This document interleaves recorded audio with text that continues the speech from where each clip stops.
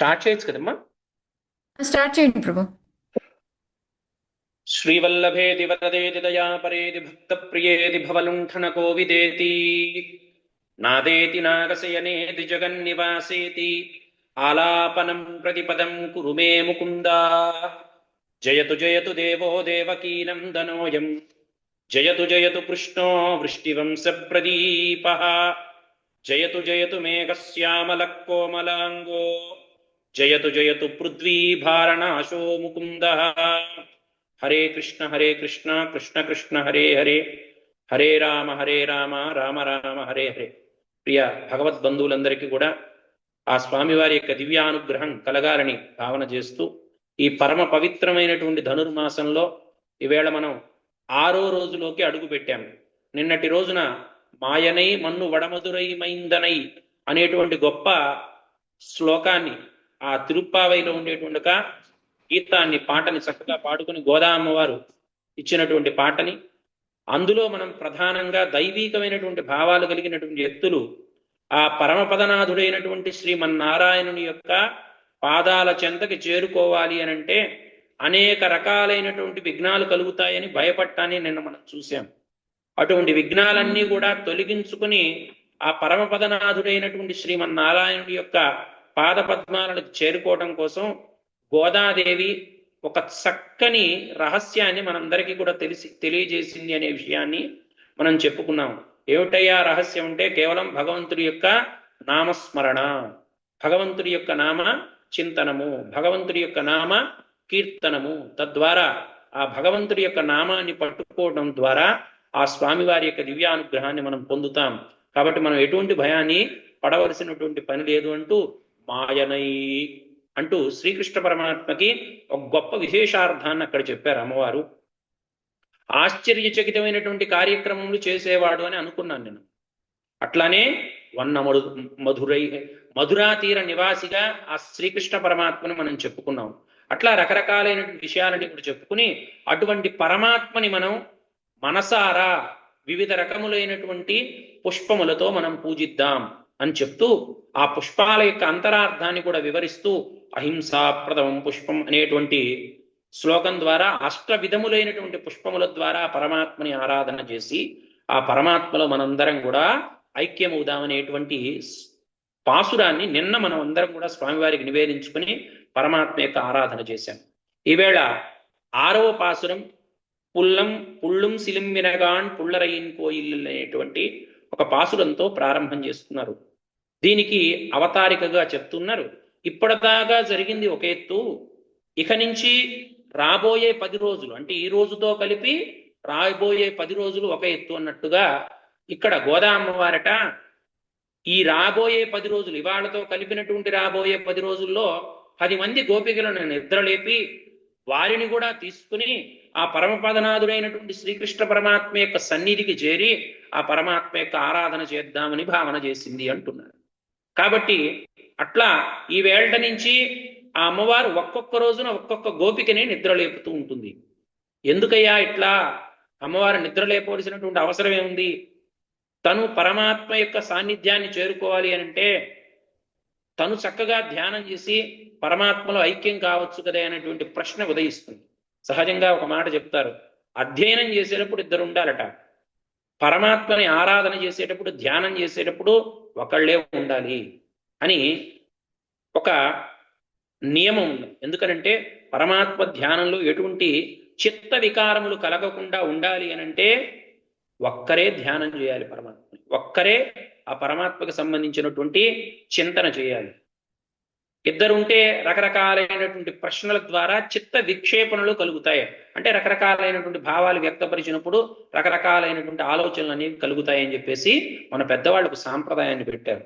కానీ తద్విరుద్ధంగా ఇక్కడ జరుగుతుంది. అమ్మవారే తను స్వయముగా అనేక మందిని నిద్రలేపి మీరందరూ కూడా రండి మనం పరమాత్మ యొక్క ఆరాధన చేద్దాం అంటూ దాంట్లో ఉండేటువంటి విశేషార్థాన్ని తెలియజేస్తూ సహజంగాట ఒకానొక సందర్భంలో రామాయణ కాలంలో ఆ యుద్ధకాండలో చెప్తారనమాట. విభీషణుడు తన అన్నగారైనటువంటి రావణాసురుడు చేసినటువంటి తప్పిదాన్ని తెలుసుకున్నవాడే ఇది రాముడి పట్ల ఘోర అపరాధం అని భావన చేసి ఇక రావణాసురుడి దగ్గర నేను ఉండను అని సంకల్పం చేసిన వాడే రామచంద్రమూర్తి యొక్క సన్నిధికి వెళుతూ వెళుతూ తనొక్కడే వెళ్లకుండా ఇంకా నలుగురిని తీసుకుని వెళ్ళాట, మంత్రుల్ని తీసుకుని వెళ్ళి ఆకాశ మార్గంలో అట్లా నిలబడి ఆ మంత్రులతో చెప్తున్నట్ట, ఇదిగో ఫలానా విభీషణ ఉండేటువంటి నేను రామచంద్రమూర్తి యొక్క దర్శనానికి వచ్చి ఉన్నాను, ఆ స్వామివారి యొక్క అనుగ్రహం కోసం నేను వేచి చూస్తున్నాను, దయచేసి చెప్పి రండి అని చెప్పి పంపించారు.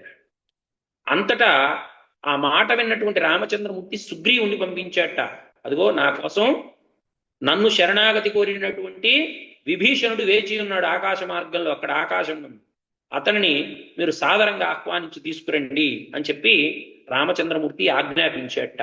కాబట్టి ఏదైనా పెద్దవారి దగ్గరికి వెళ్ళేటప్పుడు కానీ పరమాత్మ దగ్గరికి వెళ్ళేటప్పుడు కానీ ఒక్కరే వెళ్ళకూడదు అనే ఒక నియమాన్ని ఇక్కడ తెలియజేస్తున్నారు. వారంతటా వారు వెళ్ళకూడదనే ఒక నియమాన్ని ఇక్కడ అమ్మవారు తెలుస్తుంది. ఏకహ స్వాదున భుంజీత అంటారనమాట. ఏదైనా ఒక చక్కని పండు మనకు దొరికింది అనుకుందాం, ఏ జామ ఫలమో మనకు దొరికింది అనుకున్నప్పుడు ఆ ఫలం బాగుంది అని అంటేట మనిషి స్వార్థంగా ఈ ఫలాన్ని నేనే తినాలి అనుకోకూడదట. దాన్ని చక్కగా ముక్కలుగా చేసి తన చుట్టూ ఉండే వాళ్ళకు కూడా అటువంటి ఫలము యొక్క మధురత్వాన్ని అందించాలి, స్వార్థంగా ఉండకూడదు.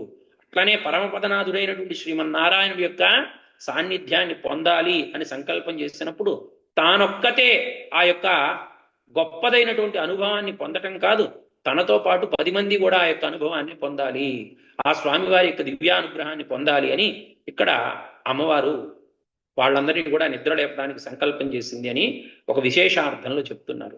అంతేకాకుండా ఇంకా ఏమంటున్నారయ్యా అంటే 10 మంది అని చెప్పడానికి ప్రధానమైనటువంటి కారణం వైష్ణవ సాంప్రదాయంలో ఒక గొప్ప విశేషం ఉన్నది. ఏమిటయ్యా అంటే ఏదైనా ఒక వ్యక్తి దేవాలయానికి వెళ్ళినప్పుడు, వైష్ణవ సాంప్రదాయంలో శ్రీ సాంప్రదాయంలో నడిచేటువంటి దేవాలయాలకు వెళ్ళినప్పుడు ముందు ధ్వజస్తంభం దగ్గర ఉండి ఆ శిఖరానికి నమస్కారం చేస్తాట.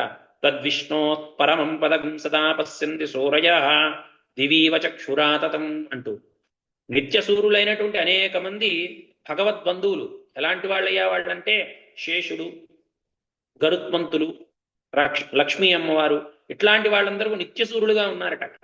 సుదర్శనుడు వీళ్ళందరూ కూడా అట్లా నిత్యసూరులైనటువంటి వాళ్ళందరూ కూడా నిరంతరం పరమాత్మని సేవించేటువంటి దివ్యధామమైనటువంటి ఆ యొక్క విమాన గోపురాన్ని, వైకుంఠ విమాన గోపురాన్ని దర్శించి ఆహా వీళ్ళందరి దర్శన భాగ్యం నాకు కలుగుతుందని ప్రదక్షిణంగా లోపలికి వెళతారట.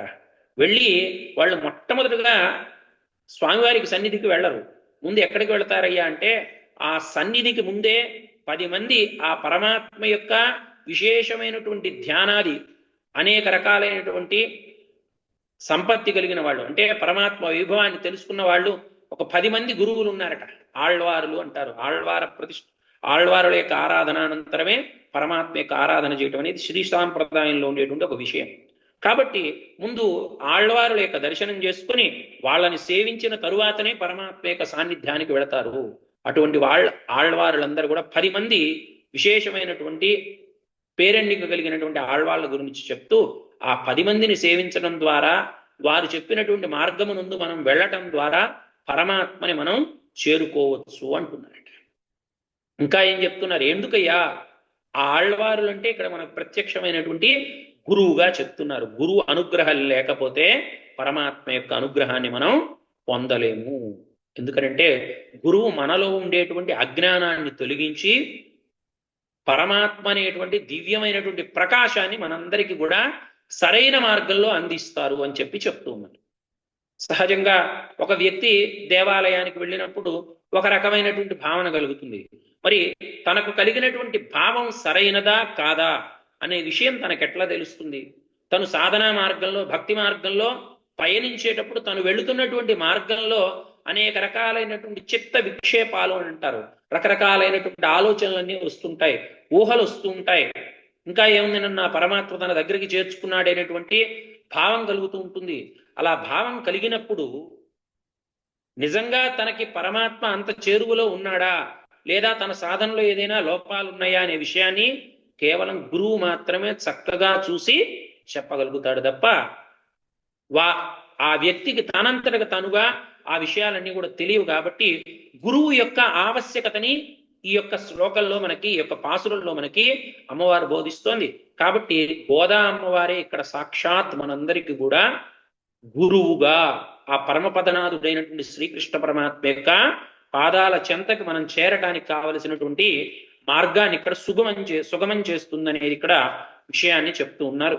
ఆ చెప్పేటువంటి సందర్భంలో అనేక రకాలైనటువంటి విషయాలను మనకి ఇక్కడ అమ్మవారు ఉటంకిస్తున్నారు. ఉదాహరణగా చెప్తున్నారు, ఇలా చేసేటప్పుడు ఇదిగో ఇలా ఈ శాస్త్రం ముందు ఈ వాక్యం ఉన్నది కాబట్టి, లేదా ఈ పురాణం ముందు ఈ కథ ఉన్నది కాబట్టి, ఈ కథను అనుసరించి ఈ శాస్త్ర వాక్యాన్ని అనుసరించి మనం పరమాత్మ యొక్క సాన్నిధ్యాన్ని చేరాలి, పూర్వాచారుల యొక్క దివ్యానుగ్రహాన్ని పొందాలి అని చెప్పి ఇక్కడ మనకు చెప్తూ ఉన్నారు. కాబట్టి ఆ 10 మందిని నిద్ర లేపేటప్పుడు గోదామ్మవారట ఇంకొక సందేహాన్ని వెలుగుచ్చుతున్నారు. ఏమిటయ్యా సందేహం అంటే, మరి 10 మంది వెళ్ళినప్పుడు ఒక్కొక్కరి యొక్క భక్తి అభిరుచి, ఒకళ్ళకి స్మరణ భక్తి అంటే ఇష్టం, ఒకళ్ళకి కీర్తనం అంటే ఇష్టం, ఒకళ్ళకి స్వామివారి యొక్క పాద సేవనం అంటే ఇష్టం, ఒకళ్ళకి అర్చన అంటే ఇష్టం. స్మరణం కీర్తనం విష్ణోహో శ్రవణం పాదసేవనం అర్చనం వందనం దాస్యం సఖ్యమాత్మ నివేదనం. కాబట్టి 10 రకాలైనటువంటి అష్టవిధ భక్తులు, 8 రకాలైనటువంటి భక్తి మార్గాలలో ఒక్కొక్క వ్యక్తికి ఒక్కొక్క మార్గం అనేది ఇష్టంగా ఉంటుంది.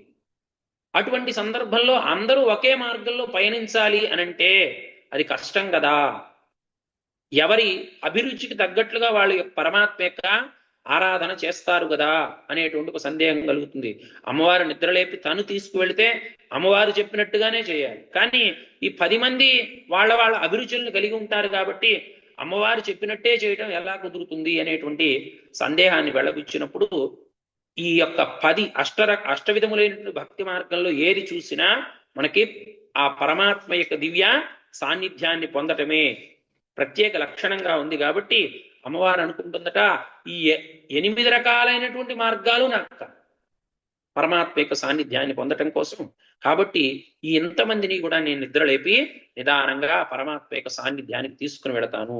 తద్వారా నాకు పరమాత్మ అనుగ్రహం కలగటమే కాకుండా నా చుట్టూ ఉండేటువంటి వీళ్ళందరికీ కూడా, గోపికలందరికీ కూడా పరమాత్మ యొక్క దివ్యానుగ్రహం కలుగుతుంది అని భావన చేసి ఈ రోజున మొట్టమొదటిసారిగా ఆ మొదటి గోపికా స్త్రీని నిద్రలేపుతూ ఉన్నారు ఈ యొక్క పాసురంతో.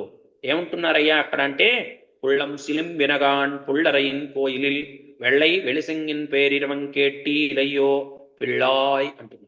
ఓ అమ్మాయి, నువ్వు నిద్రలే అంటున్నారట. ఎందుకు నిద్రలేవాలి?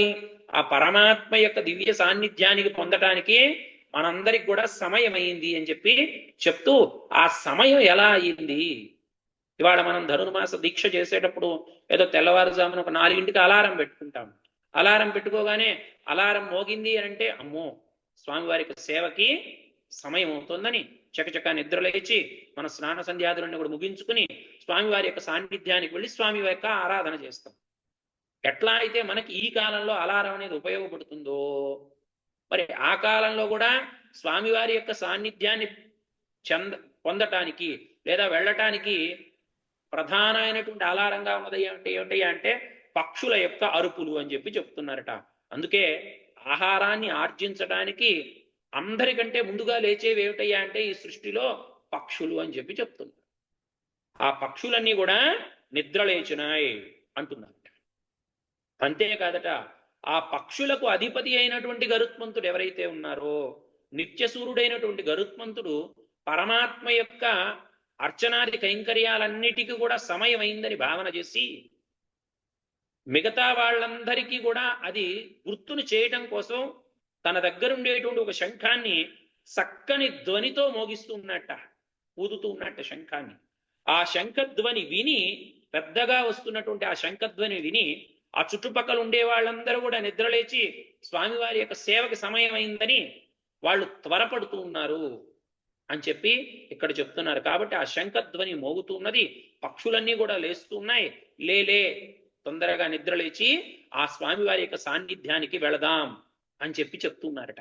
చెప్తూ ఇట్లా అంటున్నారు, మిమ్మల్ని నిద్ర లేపడానికి నేనున్నాను, నన్నెవరు నిద్ర లేపారు అనే విషయం మీకు అనుమానంగా ఉండొచ్చు అనేటువంటి ఒక ప్రశ్నని తనంతట తనే వేసుకుని అమ్మవారు ఇట్లా అంటోందట, ఎళిందరాయ్ పేయుములైనుంజుండు కళ్ళచ్చగడం కళయక్కలో చీ అంటుంది.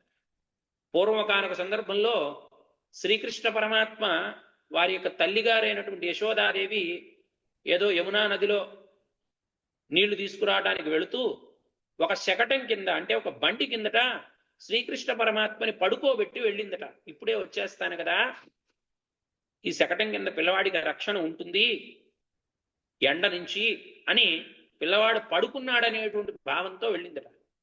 ఎప్పుడైతే అట్లా వెళ్ళిందో అదే సందర్భానికి శ్రీకృష్ణ పరమాత్మకి విపరీతమైనటువంటి ఆకలి కలిగిందట.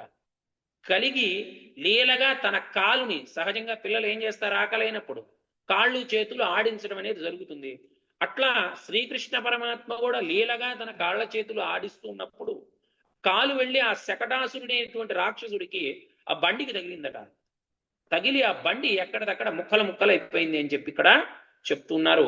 అటువంటి శ్రీకృష్ణ పరమాత్మ అని చెప్పి ఒక మాట చెప్తూ, దాంతో పాటుగా ఇంకేం చెప్తున్నారయ్యా అంటే, అత్యంత ప్రేమపూరితమైనటువంటి అనుగ్రహాన్ని కలిగించేటువంటి పోతనా జీవిత హరుడైనటువంటి శ్రీకృష్ణ పరమాత్మ అంటున్నారట. మనం నిన్న కూడా ఈ యొక్క విషయాన్ని మనం చెప్పుకున్నాం. ఆశ్చర్యమైనటువంటి కార్యములు చేయువాడు శ్రీకృష్ణ పరమాత్మ మాయనై అనేటువంటి మాట నిన్న మనం చెప్పుకున్నాం. అదే వృత్తాంతాన్ని ఇక్కడ కూడా చెప్తున్నారు. ఏమిటయ్యా అంటే, ఆ మాయాయివి అయినటువంటి శ్రీకృష్ణ పరమాత్మనట మాయ చేయటం కోసం పోతన అనేటువంటి ఒక రాక్షసి స్త్రీవేషధారి అయి ఆ పిల్లవాడికి పాలిద్దామనేటువంటి నెపంతో వచ్చిందటలో.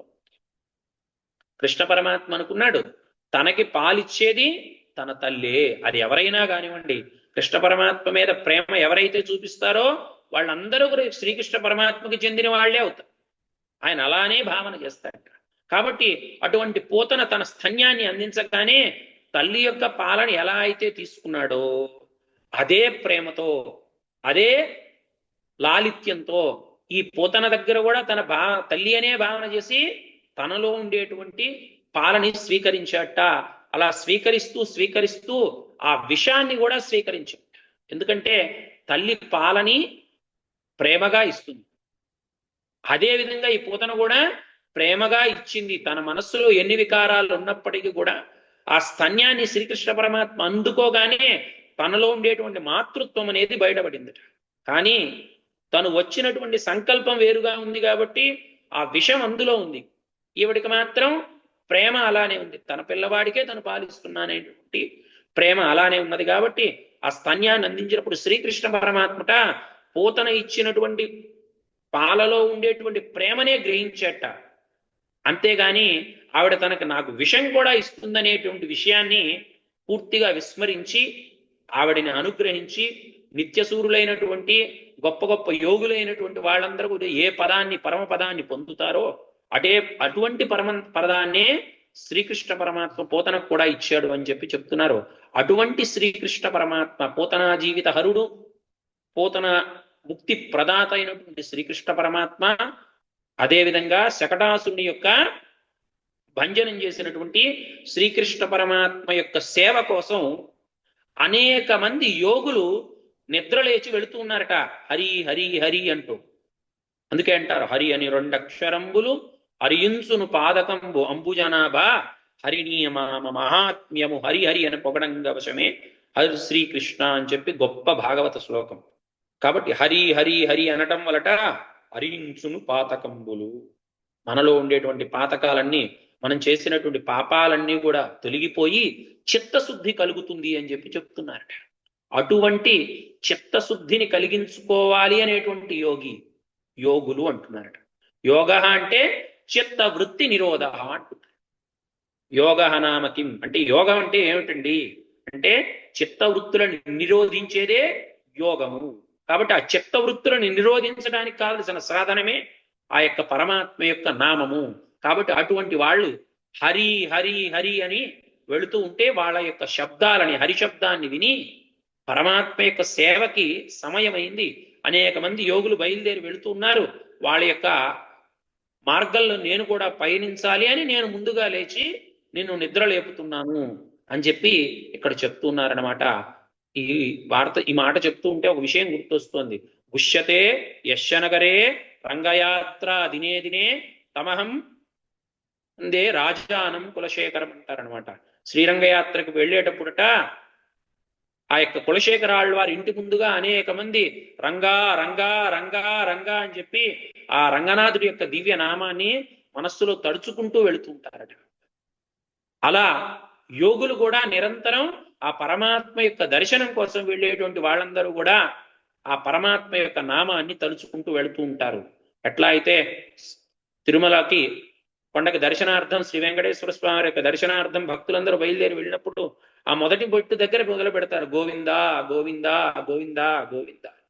అట్లా ఆ స్వామిని దర్శించి మళ్ళీ కొండ దిగిన దాకా కూడా వాళ్ళు వాళ్ళ మనస్సులో ఇతరములైనటువంటి చిత్త ప్రకంపనలు లేకుండా కేవలం భగవంతుడి యొక్క నామాన్ని వాళ్ళు స్మరిస్తూ ఉంటారు. అదంతా కూడా మనకి ప్రత్యక్ష అనుభవమే కదా. కాబట్టి అటువంటి అనుభవాన్ని గోదా అమ్మవారు కూడా మనస్సులో పెట్టుకుని ఈ యొక్క అమ్మాయిని నిద్రలేపింది అనేది ఇక్కడ ప్రధానమైనటువంటి శ్లోకంగా చెప్తున్నారు. పుల్లుం సిలంబినగాన్ పుల్లరయిన్ కోయిలిల్ வெள்ளை வெளசெங்கின் பேரிரவன் கேட்டீலையோ வெள்ளாய் எழுந்தராய் பேயுமுலை நஞ்சுண்டு கள்ளச்சகடம் களையக்க காலோச்சி வெள்ளத்தரவில் துரிந்த வித்தின்னை உள்ளொத்து கொண்டு முனிவர்களும் யோகிகளும் வெள்ளா అడియండ్ర అరియండ్ర పేరరవం ఉళ్ళుం పుగుందు కుళిందేలో రెంబావాయ్ అని చెప్పి అమ్మవారికి ఈ శ్లోకాన్ని చెప్పి ఈ యొక్క పాసురాన్ని స్వామివారికి విన్నవిస్తున్నారట. ఇందులో ఇంకొక విశేషార్థాన్ని, ఎట్లయితే పోతన యొక్క జీవితాన్ని హరణం చేసేటువంటి శ్రీకృష్ణ పరమాత్మ పోతనే ముక్తి ప్రసాదించాడో అట్లానే శకటాసుర భంజనంలో కూడా ఒక గొప్పదైనటువంటి వృత్తాంతం ఉంది అని ఇక్కడ విశేషార్థంలో మనకి చెప్తూ ఉన్నారు గోదా అమ్మవారు. ఏమిటయ్యా అంటే శకటహ అంటే మన శరీరమే, మానవుడి యొక్క శరీరమే శకటంగా చెప్తున్నారు. అటువంటి శకటము ఈ శరీరంలో పరమాత్మట మనం కేవలం అందులో నివసించడానికి వచ్చినటువంటి జీవిగా చెప్తుంది. ఎప్పటిదాకా ఈ శరీరం అనేది మనకు ఉంటుందో అప్పటిదాకా ప్రతి ఒక్క మానవుడు కూడా సుఖ దుఃఖములు అనేటువంటి సంసార చక్రంలో పడి తిరుగుతూ అనేక రకాలైనటువంటి దుష్కృతాలు చేస్తాట, అనేక రకాలైనటువంటి సుకృతాలు కూడా చేస్తాట. తత్ఫలితంగా అకామ్య చేయనంత వరకు, అంటే ప్రత్యేకమైనటువంటి కామ్యకర్మ చేయకుండా అకర్మ చేసేవాడికి ముక్తి, కామ్యకర్మ చేసేవాడికి మళ్ళీ తదనుగుణంగా వచ్చేటువంటి సుఖ దుఃఖములు మరీ మరు జన్మ. కాబట్టి అటువంటి శరీరం నుంచి మనం బయటపడి ముక్తి మార్గంలో ఆ పరమాత్మ యొక్క పరమపద నాథుడిని మనం చేరాలి అంటే ఎట్లా అంటే అక్కడ చెప్తున్నారు. శకటాసుడి యొక్క భంజన సమయంలోట ఇందాక అనుకున్నాగా మనం ఆ గోదా అమ్మవారు అక్కడ ఆ యొక్క యశోద మాత ఆ కృష్ణ పరమాత్మను అక్కడ పడుకుని బట్టి వెళ్ళినప్పుడట కృష్ణ పరమాత్మ కేవలం పాల కోసం అటు ఇటు తన కాళ్ళు చేతులు ఆడిస్తూ ఉంటే కాలు తగిలిందట శకటానికి. ఆ కాలు తగలటం చేత ఆ శకటాసురుడు మరణించాడు.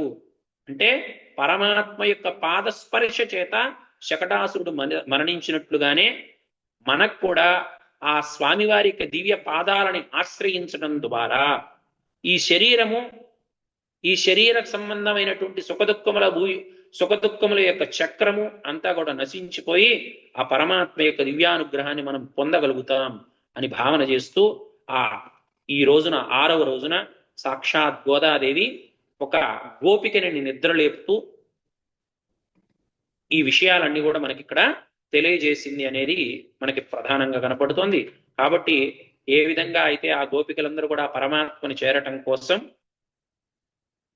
ఆ స్వామివారి యొక్క పాద పద్మాలని ఆశ్రయించారో అదేవిధంగా ఈ 30 రోజుల పాటు నిరంతరం కూడా పరమాత్మ యొక్క పాదాలని మనం ఆశ్రయించి ఆ గోదాదేవి గోపికలందరూ కూడా పరమపదనాథుడి యొక్క దివ్య ధామానికి ఏ విధంగా అయితే ఎట్లా వెళ్ళారో మనం కూడా అటువంటి భావనతో ఆ స్వామివారి యొక్క ఆరాధన చేస్తూ ఆ స్వామివారి యొక్క నిత్య సాంగత్యం కలగాలి, భక్తి జ్ఞాన సమన్వితమైనటువంటి భక్తి జ్ఞాన వైరాగ్య సమన్వితమైనటువంటి భక్తి మనందరికి కూడా కలగాలి అని ప్రార్థన చేస్తూ నమః పంకజనాభాయ నమః పంకజమాలినే నమః పంకజనేత్రాయ నమస్తే పంకజాంగ్రజే.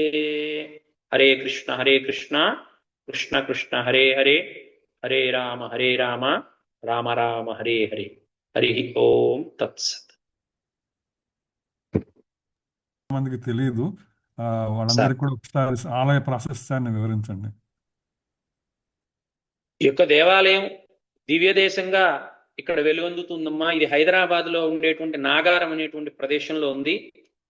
ఇక్కడ ఉండేటువంటి స్వామి శ్రీభూదేవేరులతో ఆసన భంగిమలో స్వామివారి యొక్క చెయ్యి, మన హస్తాలు మీరు గమనించినట్లయితే ఒక చెయ్యి యోగ ముద్రలో ఉంటుంది, రెండవ చెయ్యి అభయహస్తంగా ఉంటుంది.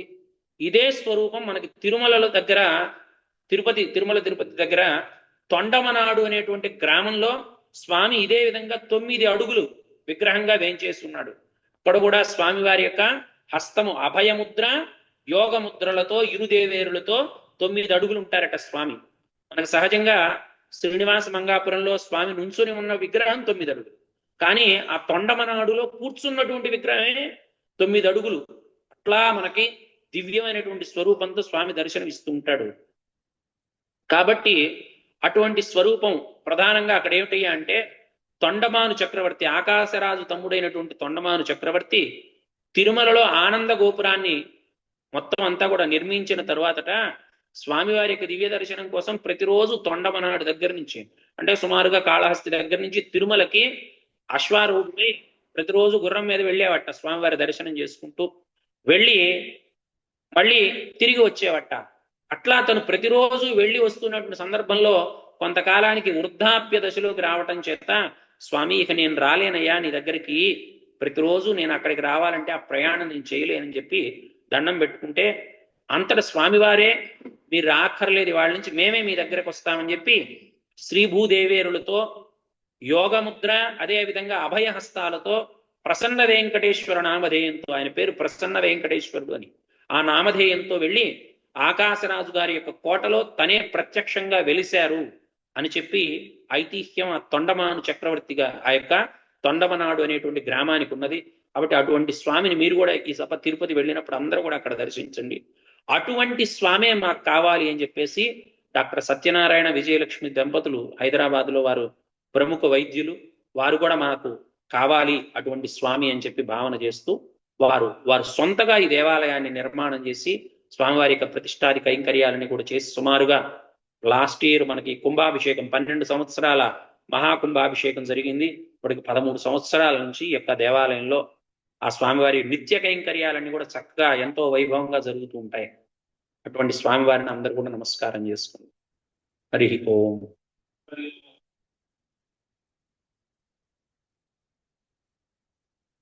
హరే కృష్ణ. పేదరవం ఉళ్ళంపుగుందు కులిండ్రు అని చెప్తుంది అనమాట. అంటే హరిహరి అనే సంకీర్తనము మా హృదయాలను తట్టి లేపి శాంతినివ్వమని అమ్మవారు అడుగుతుంది. అందుకే అన్నమాచార్య వారు అంటారు, హరినామమే కడు ఆనందకరము మరుగవో మరుగవో మరుగవో మనస అంటారు. ఏదైతే మనకు హరేర్నామ హరేర్నామ హరేర్నామై కేవలం కలవు నాస్తేవ నాస్తేవ నాస్తేవ గతిరన్యత అని చెప్పినట్టు హనుమాచార్యుల వారు అది కూడా చెప్తూ మరగమని చెప్తున్నారు. హరినామములో మరగాలి బాగా. ఎలా మరగాలండి?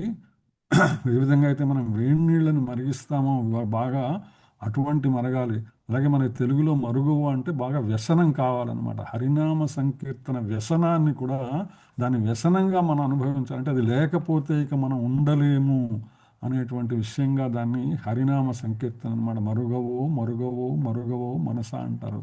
నలినాక్షుని శ్రీనామము కలిదోషహరము కైవల్యం అంటారు అన్నమాచార్యుల వారు. ఆ యొక్క హరినామము ఈ కలిదోషంలో కలికాలంలో కలియుగములో మనల్ని రక్షించగలిగేటువంటిది హరినామం మాత్రమే. ఫలసారము బహుబంధమోచనము, ఎన్ని జన్మల నుంచో వేసుకున్నటువంటి బంధాలను అన్నిటినీ కూడా తొలగించగలదు. అందుకే ఆండాళ్ తల్లి హరినామ సంకీర్తన ప్రాముఖ్యతని, అది కూడా ప్రత్యేకించి గోష్ఠితో కూడినటువంటిది, సత్సాంగత్యముతో కూడినటువంటిది, భక్తులతో సామూహిక సంకీర్తన ఉద్యమానికి ఏదైతే చైతన్య మహాప్రభు మనకు దారి చూపించారో దానికి పునాదులు ఆండాళ్ తల్లి అప్పట్లోనే వేసిందనమాట. తలచవో తలచవో తలచవో మనస అంటారు ఇప్పుడు కూడా అన్నమాచార్య వారు. అంతేకాదు మరొక కీర్తనలు చెప్తారు, చాలదా హరినామ సౌఖ్యామృతము తమకు, చాలదా హితవైన చెవులలను సగా. హరినామ సంకీర్తనం ఒక్కటి చాలదన్నటువంటి అమృతమైనటువంటి సుఖాన్ని ఇవ్వటానికి అంటారు. ఇది ఒకటి హరినామం ఇంతైన చాలదా చెదరకి జన్మముల చెరలు విడిపించ. హరినామ సంకీర్తన ఒక్కటి చాలు. హరే కృష్ణ కృష్ణ కృష్ణ హరే హరే, హరే రామ రామ రామ హరే హరే అనేటువంటి హరినామ మంత్రం ఏదైతే ఉన్నదో అనేక జన్మల నుంచి మనల్ని బంధించినటువంటి చెరలన్నిటి నుంచి కూడా అది విడిపించగలదు. మదినొకటి హరినామ మంత్రం ఇది చాలదా, 10,000 నరక కూపములు వెడలించా. హరినామ సంకీర్తన ఒక్కటి చాలు. అన్ని రకాల నరక కూపాల నుంచి కూడా, ఏదైతే భగవద్గీతలో భగవాన్ చెప్తాడు, సర్వధర్మాన్ పరిత్యజ్య మామేకం శరణం వ్రజ అహం త్వా సర్వ పాపేభ్యో మోక్షయిష్యామి మా శుచ. సర్వ పాపముల నుంచి మనల్ని రక్షించగలిగేటువంటిది హరినామ సంకీర్తనే. ఆ హరినామ సంకీర్తన ప్రాముఖ్యతని ఆ రెండాళ్ళ అమ్మవారు, తదుపరి శ్రీ చైతన్య మహాప్రభు మనందరికీ శ్రీ శిలా ప్రభుపాదుల వారి దగ్గర లభించినటువంటి భాగ్యంగా భావిస్తూ నిరంతరము కూడా హరినామ సంకీర్తనలో నెలకొందాం. హరే కృష్ణ కృష్ణ కృష్ణ హరే హరే, హరే రామ రామ రామ హరే హరే. ఆండాళ్ తిరువడిగలే శరణం. శరణం ప్రపద్యే.